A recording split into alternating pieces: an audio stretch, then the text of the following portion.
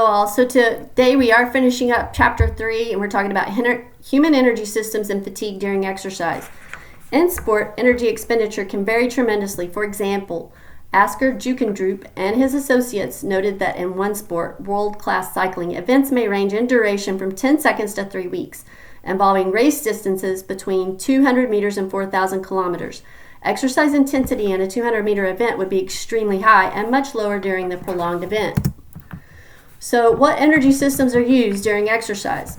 As noted previously in this chapter, the requirement of energy for exercise is related to a power endurance continuum. On the power end, we have extremely high rates of energy expenditure that a sprinter might use. On the endurance end, we see lower rates that might be characteristic of a marathoner runner. The closer we are to the power end of the continuum, the more rapidly we must produce ATP.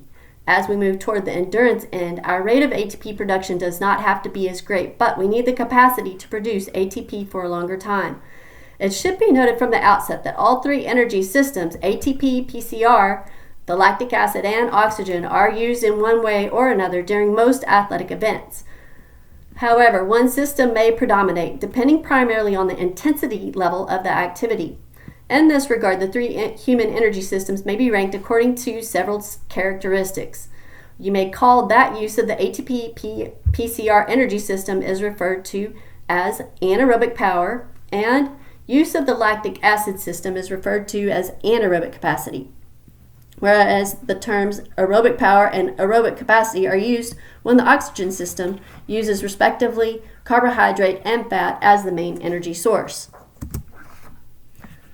The most important factor determining which energy system will be used is the intensity of the exercise, which is the rate, speed, or tempo at which you pursue a given activity. In general, the faster you do something, the higher your rate of energy expenditure, and the more rapidly you must produce ATP for muscular contraction. Very rapid muscular movements are characterized by high rates of power production. If you were asked to run 100 meters as fast as you could, you would exert maximal speed for a short time. On the other hand, if you were asked to run 5 miles, you certainly would not run at the same speed you would for the 100 meters. In the 100-meter run, your energy expenditure would be very rapid, characterized by high power production. The 5-mile run would be characterized by low power production or endurance. Both the ATP-PCR and the lactic acid systems are able to produce ATP rapidly and are used in events characterized by high intensity levels that occur for short periods, mainly because their capacity for total ATP production is limited. Because both of these systems may function without oxygen, they are called anaerobic. Relative to running performance, the ATP-PCR system predominates in short, powerful bursts of muscular activity, such as the short dashes like the 100-meter dash, whereas the lactic acid system begins to predominate during the longer sprints and middle distances such as 200, 400, and 800 meters. In any athletic event where maximal power production lasts about 1 to 10 seconds, the ATP-PCR system is the major energy source. The lactic acid system begins to predominate in events lasting 30 to 120 seconds. But studies have noted significant elevations in muscle lactic acid and maximal exercise even as brief as 10 seconds. The oxygen system possesses a lower rate of ATP production than the other two systems, but its capacity for total ATP production is much greater. Although the intensity level of exercise while using the oxygen system is by necessity lower, this does not necessarily mean that an individual cannot perform at a relatively high speed for a long time. The oxygen system can be improved through a physical conditioning program so that ATP production may be able to meet the demands of relatively high intensity. In summary, we may simplify this discussion by categorizing the energy sources as either anaerobic or aerobic. Anaerobic sources include both the ATP, PCR, and lactic acid systems, whereas the oxygen system is aerobic. Table 3.9 illustrates the approximate percentage contribution of anaerobic and aerobic energy sources, depending on the level of maximal intensity that can be sustained for a given period of time. Thus, for a 100-meter dash, covered in 10 seconds, 85% of the energy is derived from anaerobic sources. For an elite marathoner, 26.2 miles, with times of approximately 125 to 130 minutes in international level competition. The aerobic energy processes contribute 99%. Although Ward and Smith, using a mathematical approach to predict aerobic and anaerobic contributions during running, noted that at these percentage values may be modified slightly for elite athletes, the concept is correct. For example, using track athletes as subjects, Spencer and Gaston found that the relative contribution of the aerobic energy system was 29% in the 200-meter run and increased progressively to 84% in the 1,500-meter run, noting that the contribution of the aerobic energy system during track running events is greater than traditionally thought. These values are somewhat higher than the aerobic percentage values presented in Table 3.9, but support the concept. The key point is that the longer you exercise, the less your intensity has to be, and the more you rely on your oxygen system for energy production. So, what energy sources are used during exercise? The ATP-PCR system can only use adenosine triphosphate, or ATP, and phosphocreatine, or PCR. But, as noted previously, these energy sources are in short supply and must be replaced by the other two energy systems. The lactic acid system uses only carbohydrate, primarily the muscle glycogen stores, at high intensity exercise levels that may be sustained 1 to 2 minutes or less, such as exercising well above your VO2 max. Carbohydrate will supply more than 95% of the energy. However, the accumulation of lactic acid may be associated with early onset of fatigue. In contrast, the oxygen system can use a variety of energy sources, including protein, although carbohydrate and fat are the primary ones. The carbohydrate is found as muscle glycogen, liver glycogen, and blood glucose.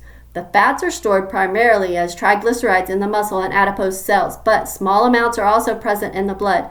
As we shall see in this section and in chapters 4, 5, and 6, a number of different factors can influence the energy source that is being used by the oxygen system during exercise, but exercise intensity and duration are the two most important factors. Under normal conditions, exercise intensity is the key factor determining whether carbohydrate or fat is used. Halsey and others noted that both absolute and relative percent of VO2 max exercise intensities play important roles in the regulation of substrate metabolism. The absolute work rate determines the total quantity of fuel required, while relative exercise intensity plays a major role in determining the proportions of carbohydrate and fat oxidized by the working muscles. Hopler and Whipple noted that as one does mild to moderate exercise, say up to 50% of one's VO2 max, blood glucose and fat may provide much of the needed energy. However, the transfer of glucose and fat from the vascular system to the muscles becomes limited at about 50% of VO2 max. Thus, as you start to exceed 50% of your VO2 max, you begin to rely on your intramuscular stores of glycogen and triglycerides. As you continue to increase your speed or intensity, you begin to rely more and more on carbohydrate as an energy source. Apparently, the biochemical processes for fat metabolism are too slow to meet the increased need for faster production of ATP, and carbohydrate utilization increases. The major source of this carbohydrate is muscle glycogen. The transition from use of fat to carbohydrate as the primary fuel source during increasing intensity of exercise has been referred to as the crossover concept. And although the technicalities of specific fuel contributions are the subject of debate, exercise scientists agree that at some specific point in the increase of exercise intensity, an individual will begin to derive more energy from carbohydrate than fat. At high levels of energy and expenditure, 70 to 80% of VO2 max, carbohydrates may contribute more than 80% of the energy sources. Houston notes that elite marathoners burn about 19 to 20 calories per minute and need about 4 to 5 grams of carbohydrate per minute. This speaks for the need of adequate muscle glycogen stores when this level of exercise is to be sustained for long periods, say in events lasting more than 60 to 90 minutes. Here you see the crossover concept of carbohydrate and fat utilization during exercise. So during low intensity exercise, about 20% of VO2 max, the majority of energy production is derived from fat. But as exercise intensity increases, the use of carbohydrate for energy production increases and maybe 80% or higher at very intense exercise. Highly trained endurance athletes will use carbohydrate and more fat during submaximal exercise as compared to untrained individuals. So, what is the fat burning zone during exercise? And you'll know that various fitness-related internet sites and the consoles of many pieces of cardiovascular exercise equipment instruct exercises on how to train in the fat burning zone. In events of long duration, when body stores of carbohydrate are nearly depleted, the primary energy source is fat. In the later stages of ultramarathoning events, fat may become the only fuel available, which may necessitate a slower pace because fat is a less efficient fuel. That is why Cermak and Van Loon indicated improving carbohydrate availability during prolonged exercise through carbohydrate ingestion has dominated the field of sports nutrition and research. Therefore, the exercise intensity needed to get into that zone is most often low intensity, which is about around 50% of the estimated maximal heart rate. So if we continue with the myth of the fat burning zone, as noted in Chapter 11, the goal in weight loss programs is to lose fat, not muscle. Various fitness-related internet sites and consoles, many pieces of cardiovascular equipment, instruct us on how to train in the fat burning zone for weight loss, which, as noted, is most often the low-intensity exercise. However, as shall be discussed in Chapter 11, the best recommendation for most exercisers who want to achieve a healthy body weight and improve their fitness is to exercise at the highest intensity appropriate for their age, health, motivation, and current fitness level. And Figure 320 illustrates that concept. At the top, about 80% of your total caloric expenditure will come from fat and only 20% from carbohydrate. So based on these percentages, you are exercising in the fat-burning zone while walking at 2 miles per hour. If you ran at a pace of 9 miles per hour, the reverse would be true, with about 80% of your energy coming from carbohydrate and only 20% from fat. However, one of the key concepts underlying exercise as a means for weight loss is to exercise as intensely as possible for a given time frame. Total caloric expenditure during exercise is the key to promote weight loss.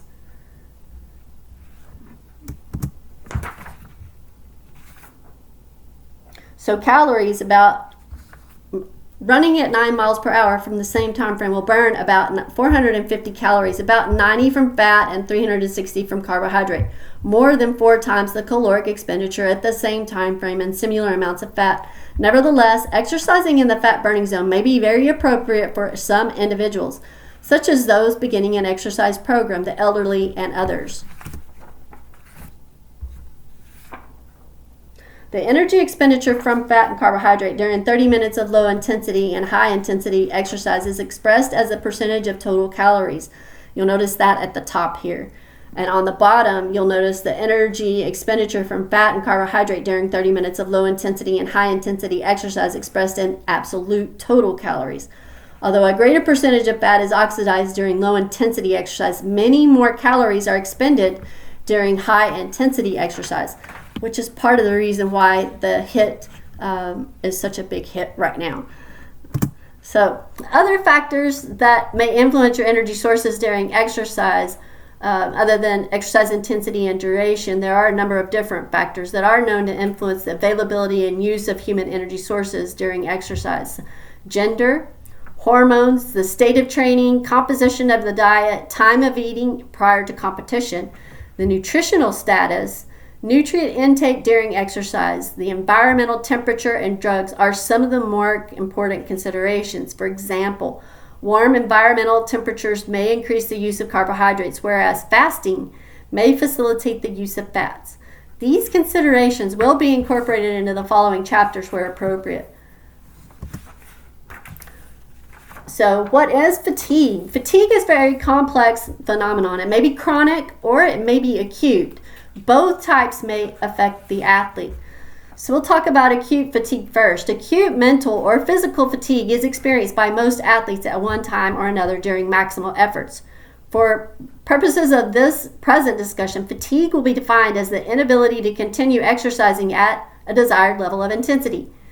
Relative to this definition, fatigue may be due to a failure of the rate of energy production in the human body to meet the demands of the exercise task. In simple terms, ATP production rates are unable to match ATP utilization rates. As acute fatigue can adversely affect sports performance, it has been the subject of considerable research. In general, sports scientists classify the site of acute fatigue in the body as either central or peripheral. Central fatigue involves the brain or spinal cord of the central nervous system, while peripheral fatigue is associated primarily with the muscles and, under some conditions, other body organs such as the heart or lungs.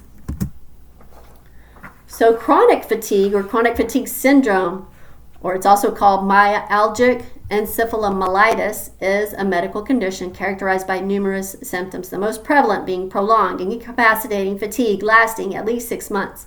Moss and Morris and others note that the etiology of CFS is complex and unless likely to be understood through a single mechanism. Multiple factors may be involved, such as viral illnesses, sleep disturbances, immune system dysfunction, excessive mental stress, and prolonged overwork. Factors which may be observed in athletes engaged in excessive physical training. Roy Shepard, the renowned Canadian sports scientist, indicated that overtraining and or negative energy balance, meaning you're not taking in enough calories, may be related to the development of CFS in athletes. In such cases, training would be adversely affected and performance certainly would suffer. Given the debilitating effects on exercise and sports performance, scientists are attempting to identify the causes, prevention, and treatment of both overtraining and chronic fatigue syndrome.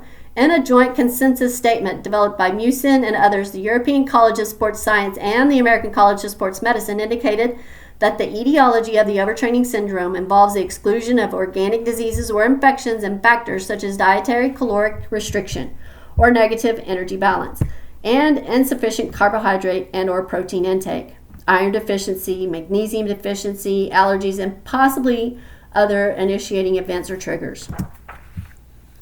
Chronic fatigue in the athlete may develop over time, usually in endurance athletes involved in prolonged, intense training that may involve conditions known as overreaching and overtraining. Overreaching is a condition of physical and mental stress that may impair physical performance, but it may be a planned phase of training in elite athletes followed by short-term recovery with return to previous or improved levels of performance. Overtraining is a term often used to characterize a syndrome in athletes involving prolonged periods of fatigue. However, Howson and Jugendrup note that although some scientific and anecdotal evidence support its existence, there appear to be no clear markers for overtraining, and more research is needed to establish its existence with certainty. Some contend that the term overtraining is misleading and may actually be related to under-recovery, particularly involving inadequate nutrition. So treatment involves behavioral therapy and graded exercise, but recovery is a long process. Although chronic fatigue syndrome is a serious medical condition, its prevalence in the general population, including athletes, appears to be very low. In a recent meta-analysis, Johnson and others reported the incidence of CFS is low, less than 1% of the population with clinical assessment, but over 3% with self-diagnosis. CFS also affects children and adolescents.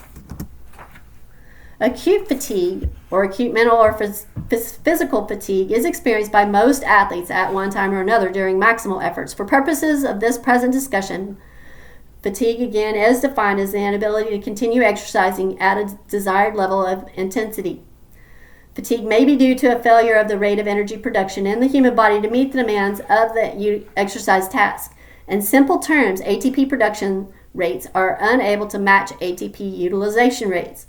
As acute fatigue can adversely affect sports performance, it has been the subject of considerable research, and general sports scientists classify the site of acute fatigue in the body as either central or peripheral. Central fatigue involving the brain or spinal cord or of the central nervous system, while peripheral fatigue is associated with primarily the muscles and, under some conditions, other body organs such as the heart or lungs. So here you see some possible fatigue sites. The causes of fatigue are complex and may involve central sites such as the brain and spinal cord or peripheral sites in the muscles. Hypoglycemia or low blood sugar could adversely affect the functioning of the brain, while the acidity associated with the production of lactic acid could interfere with optimal energy production in the muscle cells. So what causes acute fatigue in athletes? Robert Fitz, an expert on muscular fatigue during prolonged exercise, noted that the etiology of fatigue is not fully understood despite more than a century of research.